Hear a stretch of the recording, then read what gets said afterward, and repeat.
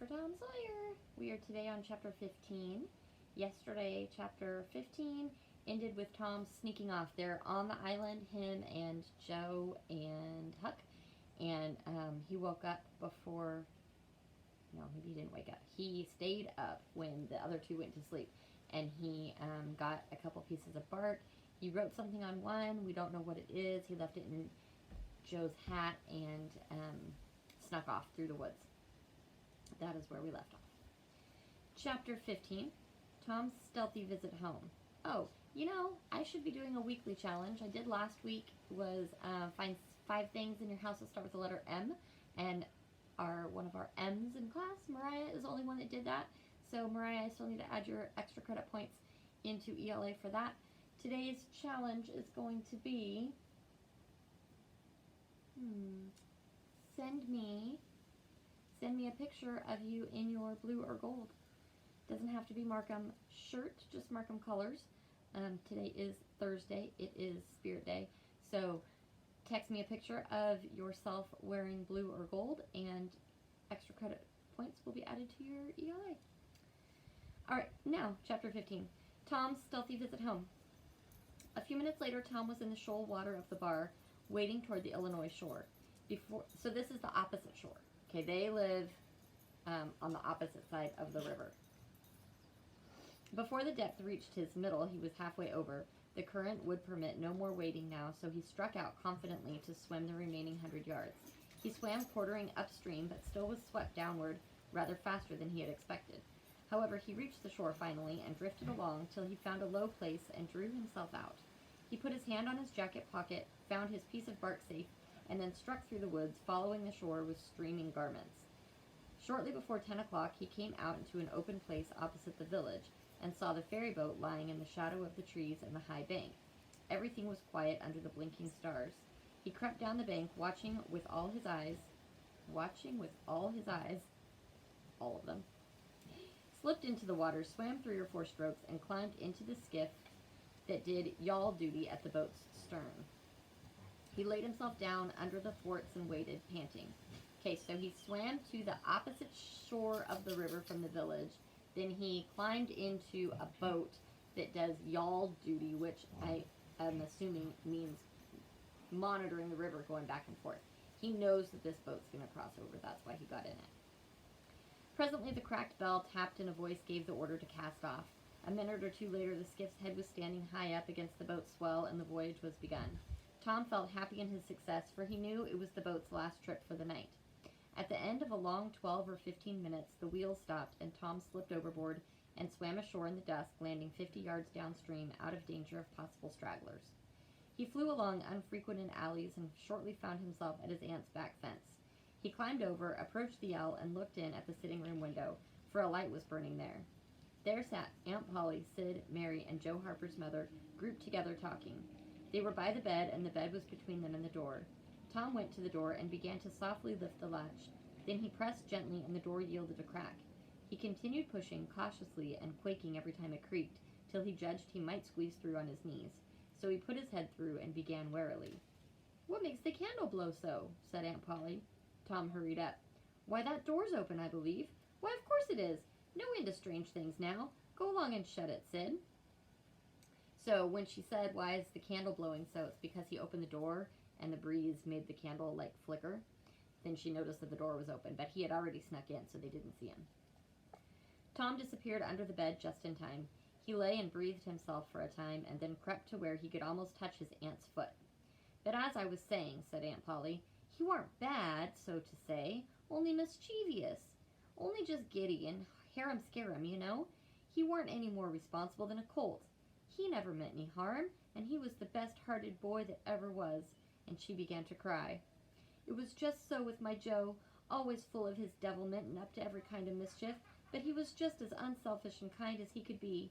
And laws bless me to think I went and whipped him for taking that cream, never once recollecting that I throwed it out myself because it was sour, and I never to see him again in this world, never, never, never, poor abused boy." If you remember, Joe was mad. The reason that he agreed to run away is because he was mad that he got a whipping for eating the cream. Now his mom just admitted that she forgot that she threw out the cream when she whipped him, so she blamed him. And now she remembers that she threw it out, and it wasn't his fault at all, so she feels really bad. "I hope Tom's better off where he is," said Sid. "But if he'd been better in some ways—" "Sid!" Tom felt the glare of the old lady's eye, though he could not see it. "Not a word against my Tom, now that he's gone. God'll take care of him. Never you trouble yourself, sir. Oh, Mrs. Harper, I don't know how to give him up. I don't know how to give him up. He was such a comfort to me, although he tormented my old heart out of me most. The Lord giveth, and the Lord hath taken away. Blessed be the name of the Lord. But it is so hard. Oh, it's so hard. Only last Saturday my Joe busted a firecracker right under my nose, and I knocked him sprawling. Little did I know then how soon. Oh, if it was to do over again, I'd hug him and bless him for it." "Yes, yes, yes. I know just how you feel, Mrs. Harper. I know just exactly how you feel. No longer ago than yesterday noon, my Tom took and filled the cat full of painkiller, and I did think the creature would tear the house down. And God forgive me, I cracked Tom's head with my thimble. Poor boy. Poor dead boy.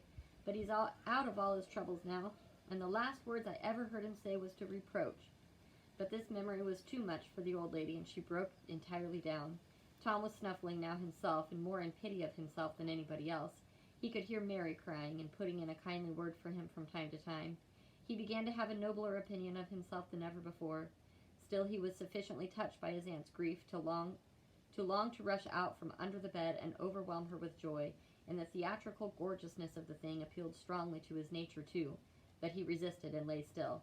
So he's thinking, "Oh, it would be so great if I came out from under the bed right now and she was so overjoyed to see me." But he didn't do it. He went on listening and gathered by odds and ends that it was conjectured at first that the boys had got drowned while taking a swim. Then the small raft had been missed. Next, certain boys said the missing lads had promised that the village should hear something soon. The wise heads had put this and this together and decided that the lads had gone off on that raft and would turn up at the next town below, presently. But toward noon the raft had been found, lodged against the Missouri shore some 5 or 6 miles below the village. And then hope perished. They must be drowned, else hunger would have driven them home by nightfall, if not sooner. It was believed that the search for the bodies had been a fruitless effort, merely because the drowning must have occurred in mid-channel, since the boys, being good swimmers, would otherwise have escaped to shore. This was Wednesday night. If the bodies continued missing until Sunday, all hope would be given over, and the funerals would be preached on that morning. Tom shuddered. So right now it's Wednesday, and the plan for the town is if they don't find their bodies, well, either way, if they found bodies or if they didn't find any bodies, the service will be Sunday. So if the boys don't return back to home, that's when their funeral will be. So 4 more days. Mrs. Harper gave a sobbing good night and turned to go. Then with a mutual impulse, the 2 bereaved women flung themselves into each other's arms and had a good consoling cry, and then parted. Aunt Polly was tender, far beyond her wont, in her good night to Sid and Mary.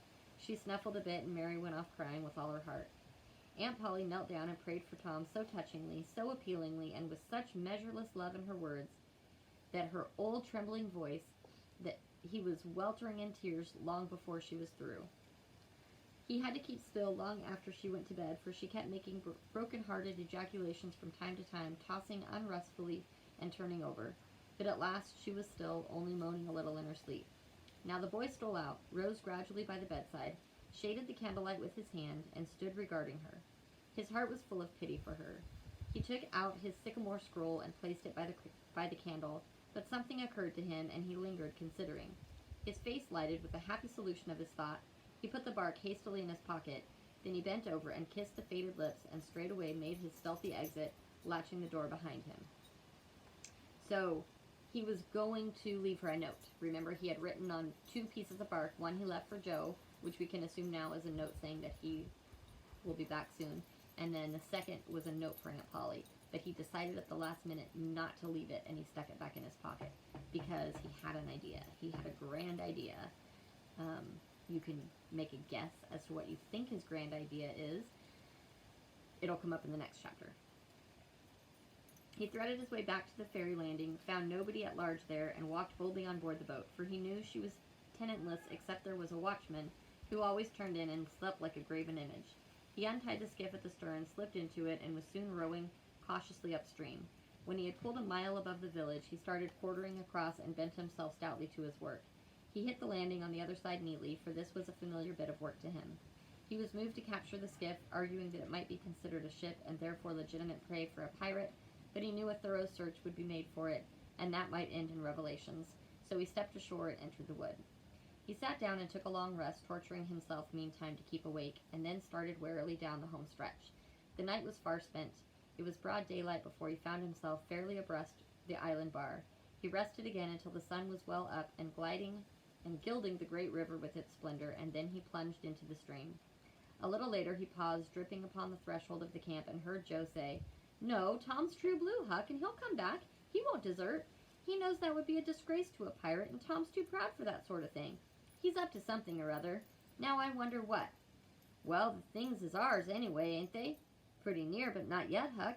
The writing says they are if he ain't back here to breakfast."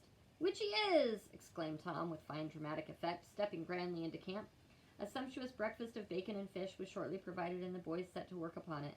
Tom recounted and adorned his adventures. They were a vain and boastful company of heroes when the tale was done. Then Tom hid himself away in a shady nook to sleep till noon, and the other pirates got ready to fish and explore. I thought he left something for his aunt, but I don't see it in here. Oh, and that's the end. Okay, so the end of chapter 15, and we don't know what Tom's idea is yet, but you will find out, I believe, in 16 or 17. I will read them both tomorrow so that you can get ready on your questions. Have a good day. Remember, send me a text picture of you in some kind of blue or gold.